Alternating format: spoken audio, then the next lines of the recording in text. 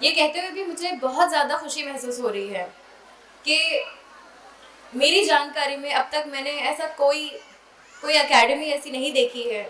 بہت سارے schools colleges کا پورا نیٹ ورک ہے جو ہندوستان میں ہمارے حیدرآباد میں ہے, لیکن سب کا اینول فنکشن بہت ڈفرینٹ ہوتا ہے. یہ ایک اینول فنکشن میں نے ایسے دیکھا جو سیرت النبی کے اوپر بیسڈ ہے, اور اس لیے آرگنائز کیا جا رہا ہے تاکہ آپ تمام محمد صلی اللہ علیہ وسلم کی زندگی کو جانیں سمجھیں.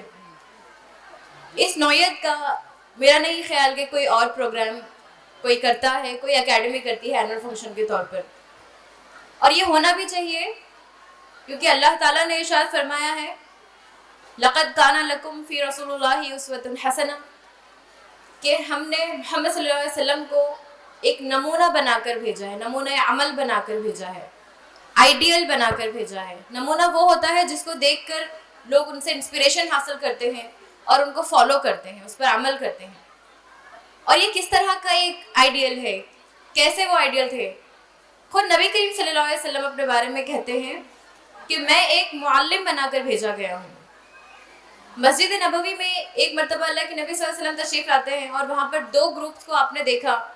ایک وہ گروپ تھا جو عبادت کر رہا تھا, ایک دوسرا گروپ تھا جو علم آپس میں بانٹ رہا تھا, علم حاصل کر رہا تھا. اور آپ صلی اللہ علیہ وسلم جاتے ہیں, پیارے نبی اس دوسرے گروپ کو جوائن کرتے ہیں اور کہتے ہیں کہ میں بھی ایک معلم بنا کر بھیجا گیا ہوں, ایک استاذ بنا کر بھیجا گیا ہوں, علم کو دینے والا, علم سکھانے والا بنا کر بھیجا گیا ہوں. قرآن مجید کی تعلیمات جب پہلی وحی نازل ہوئی, اس سے نازل ہوئی اقرا, پہلی وحی تھی اقرا یعنی پڑھو اپنے رب کے نام سے. اور ہم دیکھتے ہیں کہ صرف 23 سال کے عرصے میں, 40 سال کے تھے اللہ کے نبی جب آپ کو نبوت سے سرفراز کیا گیا, آپ نبی بنائے گئے, 13 سال آپ مکے میں رہے, پھر آپ ہجرت کرتے ہیں مدینہ کی طرف, اور 10 سال بعد آپ کا انتقال ہوتا ہے. تو نبی بنائے جانے کے بعد 23 سال کا آپ کے پاس ٹائم تھا. اس ٹائم میں, اتنے شارٹ پیریڈ آف ٹائم میں ہم دیکھتے ہیں کہ عرب کا ایسا ریجن جہاں پر علم بالکل بھی عام نہیں تھا, اکثریت میجورٹی ایسے لوگوں کی تھی جو پڑھنا اور لکھنا نہیں جانتے تھے. ان کا حافظہ بڑا کمال کا تھا, عرب بہت زبردست حافظہ ان کا ہوتا تھا, ہر چیز ان کو یاد رہتی تھی, ان کا ذہن بہت تیز تھا, اپنی نسلیں بہت پرکھوں تک کی ان کو یاد رہتی تھی. لیکن لکھنا پڑھنا عام نہیں تھا. آپ صلی اللہ علیہ وسلم خود ایک امی تھے, وہ لکھنا اور پڑھنا جانتے نہیں تھے. لیکن یہ 23 سال کے عرصے میں اسلام نے علم کے اوپر جتنی توجہ دی, اس کو جتنا زیادہ عام کیا, اللہ کے نبی صلی اللہ علیہ وسلم نے ایسی ایک سوسائٹی بنائی, ایسا ایک اسٹیٹ قائم کیا جس میں ہر کوئی, ہر ایک شخص, بچہ, بوڑھا, جوان, عورت اور مرد, ان تمام کے لیے وہ اپرچونٹیز دی, اس طرح کے مواقع میسر آپ نے کیے کہ سب لوگ علم سے آراستہ ہوئے, سب نے پڑھنا لکھنا سیکھا. وہ 23 سال پہلے کا عرب جہاں پر جہالت تھی, لوگ علم سے نہ آشنا تھے, 23 سال کے عرصے میں ہم دیکھتے ہیں کہ اکثریت میجورٹی ایسے لوگوں کی تھی جو پڑھنا لکھنا آپ جان رہی تھی.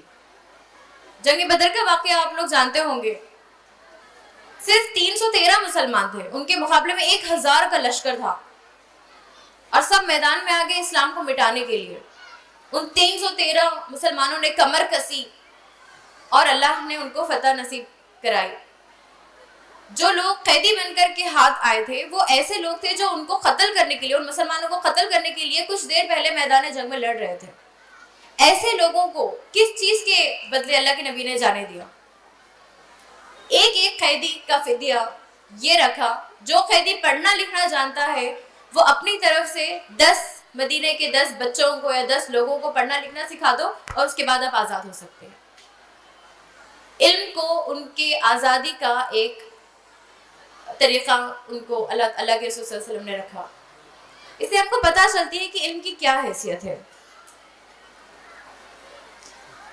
اس کے ساتھ ساتھ یہ بات بھی بہت ہی زیادہ اہم ہے کہ اللہ کے نبی صلی اللہ علیہ وسلم نے مردوں اور عورتوں کی, لڑکوں اور لڑکیوں کی پڑھائی پر, ان کے علم حاصل کرنے پر ایکول توجہ دی, اور ایکول رسپانسبلٹی انہوں نے ادا کی, اور ایکول اپرچونٹیز آپ نے رکھے.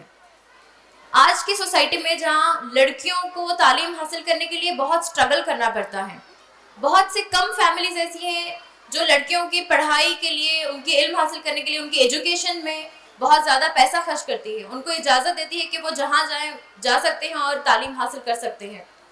ورنہ عام طور سے یہ ہوتا ہے کہ لڑکیاں تھوڑا بہت پڑھنا نہیں جانتے اور ان کی شادی کرا دی جاتی ہے.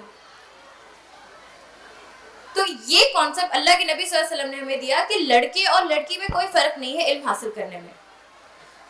عہد نبوی، جب اللہ کے نبی جس زمانے میں تھے، وہاں پر یہ کوئی عجیب بات نہیں تھی کہ اچھا لڑکیوں کے لیے الگ سے کوئی انتظام کیا جائے. لڑکے ہیں تو وہ پڑھ رہے ہیں اور لڑکیوں کے لیے کچھ ایفرٹس کرنا پڑ رہا ہے. نہیں، سب کے لیے ایک عام سی بات تھی، لڑکیوں کے لیے بھی اور لڑکوں کے لیے بھی، اور سب لوگ علم حاصل کرتے تھے. بلکہ ہجرت مدینہ، جس کے بارے میں ابھی آپ لوگ اس کمپٹیشن میں دیکھ رہے تھے کہ ہجرت مدینہ کیوں ہوئی، کیوں مائگریشن کیا مسلمانوں نے، اللہ کے نبی نے مکے سے مدینے کی طرف، تو اس کا جواب وہاں پہ لکھا ہوا تھا کیونکہ مکے کے لوگ جو قریش تھے، وہ جو ٹرائبس تھے، وہ مسلمانوں کو بہت تنگ کر رہے تھے، بہت ستا رہے تھے، ان کے اوپر ظلم کر رہے تھے، اور اسی وجہ سے ان لوگوں کو چھوڑ کر مکہ مدینے کی طرف جانا پڑا. کیونکہ مکے میں اسلام ایک نئی آواز تھی، ان کے بتوں کو برا برا کہنا، تو جب ان کے بتوں کو برا کہتے تھے، ان خداؤں کو ماننے سے انکار کرتے تھے، تو ان کی جان کے اوپر جو ہے آ جاتے تھے اور سب کو قتل کرنے کی کوشش کرتے تھے، ان کو اس طریقے سے ستاتے تھے کہ وہ لوگ اسلام چھوڑ دیں. ایسے ماحول میں بھی اللہ کے نبی صلی اللہ علیہ وسلم کا موٹو یہ تھا کہ وہاں پر بھی لوگ علم حاصل کریں. ایک مثال میں آپ کو دیتی ہوں کہ حضرت عمر بن خطاب رضی اللہ تعالیٰ عنہ کے اسلام قبول کرنے کا واقعہ ابھی آپ لوگوں نے دیکھا بھی کمپٹیشن میں کہ انہوں نے کیسے اسلام قبول کیا. آپ جاتے ہیں آپ صلی اللہ علیہ وسلم کو قتل کرنے کے ارادے سے، نعوذ باللہ، اور راستے میں حضرت نعیم ان کو مل کر کہتے ہیں کہ تمہاری فاطمہ جو ہے آپ کی بہن، ان کی تو خبر لو کہ وہ بھی اسلام قبول کر چکی ہے. تو حضرت عمر سیدھے حضرت فاطمہ کے گھر چلے جاتے ہیں، اور وہاں پر جب وہ دروازے پر پہنچتے ہیں تو ان کو آواز سنائی دیتی ہے، قرآن کریم کی تلاوت ہو رہی ہے، قرآن کریم کو جو ہے پڑھا جا رہا ہے، اور آپ اندر جاتے ہیں اور بے تحاشا ان کو مارتے پیٹتے ہیں، تب بھی وہ لوگ اسلام سے نہیں پھرے. تو یہ چیز ان کو بہت ان کو اسٹرائک کرتی کہ آخر کیا قوت ہے اسلام میں کہ میں دیکھوں اور سمجھوں. اور جب انہوں نے قرآن پڑھا تو انہوں نے اسلام قبول کر لیا. لیکن اس واقعے میں، پورے واقعے میں خاص بات کیا ہے؟ خاص بات یہ ہے کہ حضرت خبیب بنت ارد جو اللہ کے نبی کے صحابی تھے، وہ حضرت فاطمہ اور ان کے ہسبینڈ حضرت زید، ان دونوں کو قرآن سکھا رہے تھے اور قرآن پڑھنا سکھا رہے تھے. قرآن مجید کا ایک نسخہ جو اس وقت تک جتنا قرآن نازل ہوا ہے، سورہ طٰہٰ ان لوگوں کے سامنے موجود تھی اور ان کو سکھا رہے تھے پڑھنا. تو حضرت فاطمہ اور ان کے ہسبینڈ، یہ دونوں مرد اور عورت، مکے کے ایسے پرخطر، اس طرح کے ڈینجرس ماحول میں بھی جب لوگوں کو پتہ چلتا تھا قریش کو کہ اسلام قبول کر لیا ہے تو وہ لوگ ان کو قتل کرنے پر درپے ہو جاتے، ایسے ماحول میں بھی وہ لوگ علم حاصل کر رہے ہیں اور کوشش کر رہے ہیں کہ وہ لوگ سیکھیں. اور صرف یہ نہیں کہ زبانی ان کو بتا دیا جا رہا ہے، بلکہ وہ لوگ لکھنا پڑھنا سیکھ رہے تھے، دیکھ کر کے قرآن کو پڑھنا سیکھ رہے تھے. اور پھر ہجرت مدینہ ہوتی ہے. اور ہجرت کیوں ہوئی؟ صرف اس وجہ سے نہیں ہوئی ہے کہ مسلمانوں کے اوپر ظلم کیا جا رہا تھا، اس وجہ سے ہجرت ہوئی ہے کہ یہ ظلم اور زیادتی کے ماحول میں اسلام کو پھلنے پھولنے کا موقع نہیں مل رہا تھا. بہت فری ول کے ساتھ، آزادی کے ساتھ اسلام کی دعوت، اسلام کی پریچنگ مسلمان دینے کے قابل نہیں تھے. ورنہ محمد صلی اللہ علیہ وسلم کو جب صحابہ کرام بولتے تھے کہ آخر اللہ کی مدد کب آئے گی، قریش ہم پر اتنا ظلم کر رہا ہے، آخر کب آئے گی اللہ کی مدد، تو اللہ کے رسول صلی اللہ علیہ وسلم نے جواب دیا کہ تم اتنے سے مشکلات سے گھبرا گئے، جبکہ تم سے پہلے جو نبی گزرے ہیں ان کے اوپر تو اس سے زیادہ تشدد ہوا ہے، اس سے زیادہ ظلم ہوا ہے. پھر کیا وجہ تھی کہ مسلمان ہجرت کر کے چلے گئے؟ صرف یہ وجہ نہیں تھی کہ صرف ظلم ہوا، بلکہ اس ظلم اور زیادتی کی وجہ سے ان کو وہ موقع نہیں مل رہا تھا کہ وہ اسلام کو آگے بڑھائیں. کیونکہ اسلام، اس سے پہلے جتنے انبیاء یہاں پر آئے تھے، جتنے بھی پیغمبر آئے تھے، پروفیٹس آئے تھے، وہ صرف اپنی اپنی قوم کے لیے آئے تھے، جبکہ اسلام پوری انسانیت کے لیے آیا ہے. لہٰذا اسلام کو آگے بڑھنے کے لیے ضروری تھا کہ وہ کسی ایسی جگہ جائے جہاں سے وہ بہت اچھے طریقے سے اسلام کو آگے بڑھانے کی کوشش کرے. اور انصار مدینہ نے اس کی آفر نبی کریم صلی اللہ علیہ وسلم کو کی. پھر اللہ کا حکم ہوتا ہے اور نبی کریم صلی اللہ علیہ وسلم اور اس کے بعد صحابہ تھوڑا تھوڑا کر کے، ایک ایک دو دو کر کے یا گروپ کی شکل میں مدینے کی طرف چلے جاتے ہیں. اور وہاں پر سب سے پہلے جس چیز کی تعمیر ہوئی، جو سب سے پہلا کام کیا گیا، وہ تھا مسجد نبوی کی تعمیر. اور مسجد صرف مسجد نہیں تھی جہاں، جو آج کے زمانے میں ہم جس مسجدوں کو دیکھتے ہیں کہ 5 وقت اذان ہوتی ہے، لوگ جا کر نماز ادا کرتے ہیں، اس کے بعد اتنا بڑا سا تالا اس مسجد کے اوپر لگ جاتا ہے. وہ اس طرح کی کوئی مسجد نہیں تھی. بلکہ وہ اپنے آپ میں ایک انسٹیٹیوشن تھا، ایک ادارہ تھا، ایک پولیٹیکل ادارہ تھا، ایک سوشل چیزوں کو ڈسکس کرنے کا، سمجھنے کا یہ ایک ادارہ تھا جہاں پر سارے لوگ جمع ہوتے تھے. ایک ایجوکیشنل انسٹیٹیوشن تھا. نبی کریم صلی اللہ علیہ وسلم کا ایک آفس تھا جو ابھی آپ لوگ دیکھ رہے تھے، پڑھ رہے تھے. وہ ایک ایسا آفس تھا جہاں پر لوگ اسلام کو سمجھنے کے لیے آتے تھے. وہ ایسا ایک پلیٹ فارم تھا جہاں پر صحابہ کرام آپس میں مل جل کر بیٹھتے، اپنا ذہن لڑاتے اور الگ الگ اسٹریٹجیز بناتے تھے، اسلام کو سمجھتے تھے. وہ مردوں اور خواتین دونوں کے لیے تھا. الگ الگ ٹائم پر، الگ الگ وقت میں خواتین اور مرد وہاں پر آتے تھے اور اللہ کے نبی صلی اللہ علیہ وسلم سے اسلام سیکھتے تھے. اس طرح کے انسٹیٹیوشنز اللہ کے نبی نے صرف مسجد نبوی نہیں بلکہ پورے مدینے میں چھوٹی بڑی ہر محلے کے اوپر ایک مسجد تھی، ہر محلے کے پاس ایک جو ہے ایک انسٹیٹیوشن تھا، ایک مسجد تھی، ایک تعلیمی ادارہ تھا. اس طرح 30 سے زیادہ ہم کو مساجد کا ثبوت ملتا ہے پورے مسجد نبوی میں، پورے مدینہ میں. تو اس طرح بہت جلدی اللہ کے نبی صلی اللہ علیہ وسلم نے ایک ایسا سسٹم کھڑا کیا جس کے ذریعے علم کو عام آپ نے کیا، اور ہر طرح کا علم وہاں پر مسلمان سیکھتے تھے. صرف لکھنا پڑھنا نہیں، ہر طرح کا علم جانتے تھے. حضرت عائشہ ایک بہت اچھی طبیبہ بھی تھی، بہت اچھی ڈاکٹر تھی. نرسنگ کے بارے میں ان کو بہت ساری معلومات تھی. اسی لیے جب مسلمانوں کے سامنے کوئی جنگ کا موقع آ جاتا، کوئی غزوہ ہوتی، تو حضرت عائشہ وہاں ضرور موجود رہتی تھی. جو زخمی ہو جاتے تھے ان کی مرہم پٹی کرتی تھی. مدینہ منورہ میں ایک بہت ہی اچھی ڈاکٹر سرجن تھی، ان کا نام تھا حضرت رفیدہ. خواتین کے ساتھ ساتھ مرد بھی ان کے پاس جاتے تھے اور اپنا علاج کرتے تھے. بہت ساری جنگوں میں انہوں نے اپنے کیمپس لگائے تھے جہاں پر وہ مسلمانوں کی جو ہے نا ان کا علاج اور معالجہ کیا کرتی تھی. حضرت زینب بنت جہش آپ صلی اللہ علیہ وسلم کی بیوی، جو آپ کی جو ہے پھپھیری بہن بھی تھی، پھوپھی زاد بہن بھی تھی، وہ دباغت کا ایک فن جانتی تھی. اس میں وہ ایکسپرٹ تھی. یعنی کپڑوں کو رنگنے کا ایک علم ہوتا ہے، وہ اس سے جو ہے پیسے کماتی تھی اور صدقہ کیا کرتی تھی. حضرت خولہ بنت سلبہ بہت مشہور ہے، وہ بہت گریٹ صحابیہ گزری ہے. ملٹری میں بہت اچھی تھی، وہ بہت اچھی گھڑ سوار تھی، بہت اچھی تیر کمان وہ چلایا کرتی تھی. وہ ہر طرح کے ایکسپرٹائز مردوں میں بھی اور خواتین میں بھی، لیڈیز میں بھی پیدا کیے، بنائے. اور یہ سارا ایجوکیشن کیا تھا؟ یہ ایک ویلیو بیسڈ ایجوکیشن تھا. علم برائے علم نہیں تھا. یعنی علم صرف اس لیے حاصل نہیں کیا گیا کہ لوگ اپنے آپ کو سنوارے، بلکہ اللہ تعالیٰ نے جیسے قرآن مجید میں ارشاد فرمایا، کنتم خیر امت اخرجت للناس، تم خیر امت ہو، یعنی بھلائی کرنے والی امت ہو. اخرجت للناس ہی جو لوگوں کے لیے نکالی گئی ہے. یعنی ہمارے اپنے پیدائش کا مقصد صرف ہم کو فائدہ پہنچانا نہیں ہے، بلکہ ہماری اپنی ذات سے، ہماری اپنی پرسنالٹی سے سوسائٹی کو اور ہم سے جڑے ہوئے ہر ایک شخص کو ہم سے فائدہ ہو، اس کے لیے ہم نکالے گئے ہیں. اخرجت للناس ہی. اور کس طرح وہ کرنا ہے؟ تأمرون بالمعروف وتنہون عن المنکر. یہ آپ کا طریقہ ہوگا کہ آپ لوگوں کو جو اچھی باتیں ہیں وہ بتاؤ گے، جو اچھے کام ہیں وہ بتاؤ گے، اور ان چیزوں سے روکو گے جو غلط ہے، جو گمراہ ہیں. آج ایجوکیشن ایک بزنس بن گیا ہے.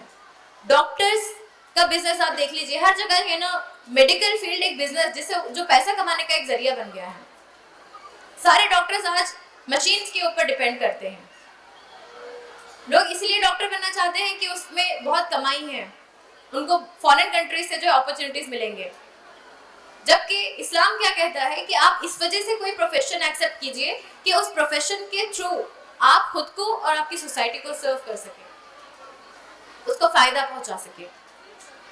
اس طرح کا علم ہمیں حاصل کرنا ہے. ہمارے علم حاصل کرنے کے پیچھے یہ وجہ ہماری ہونی چاہیے کہ ہم خود کو اور دوسروں کو نفع پہنچائیں. اور یہی چیز ہم کو نبی کریم صلی اللہ علیہ وسلم کی زندگی میں نظر آتی ہے کہ وہ پوری سوسائٹی کریٹ کی گئی جو سب کی ایکول، سب کے ساتھ سب کو ایک سا موقع دیتی ہے آگے بڑھنے کی. اور یہی ریکویسٹ میں آپ تمام کے ساتھ بھی یہاں پر کروں گی کہ یہ بہت اچھی بات ہے کہ سیرت کے کمپٹیشنز ہوتے ہیں، کوئز کمپٹیشنز رکھے جاتے ہیں، ایلوکیوشن کمپٹیشن یہاں پر ہے، لیکن ہماری زندگی کا مقصد صرف نبی کریم صلی اللہ علیہ وسلم کے بارے میں بائی ہارٹ کر لینا نہیں ہے. We are not parrots. ہم اللہ تعالیٰ نے جب کہا ہے کہ میں نے ایک شخص کو اس لیے بھیجا کہ وہ تمہارے سامنے نمونہ ہے زندگی گزارنے کے لیے،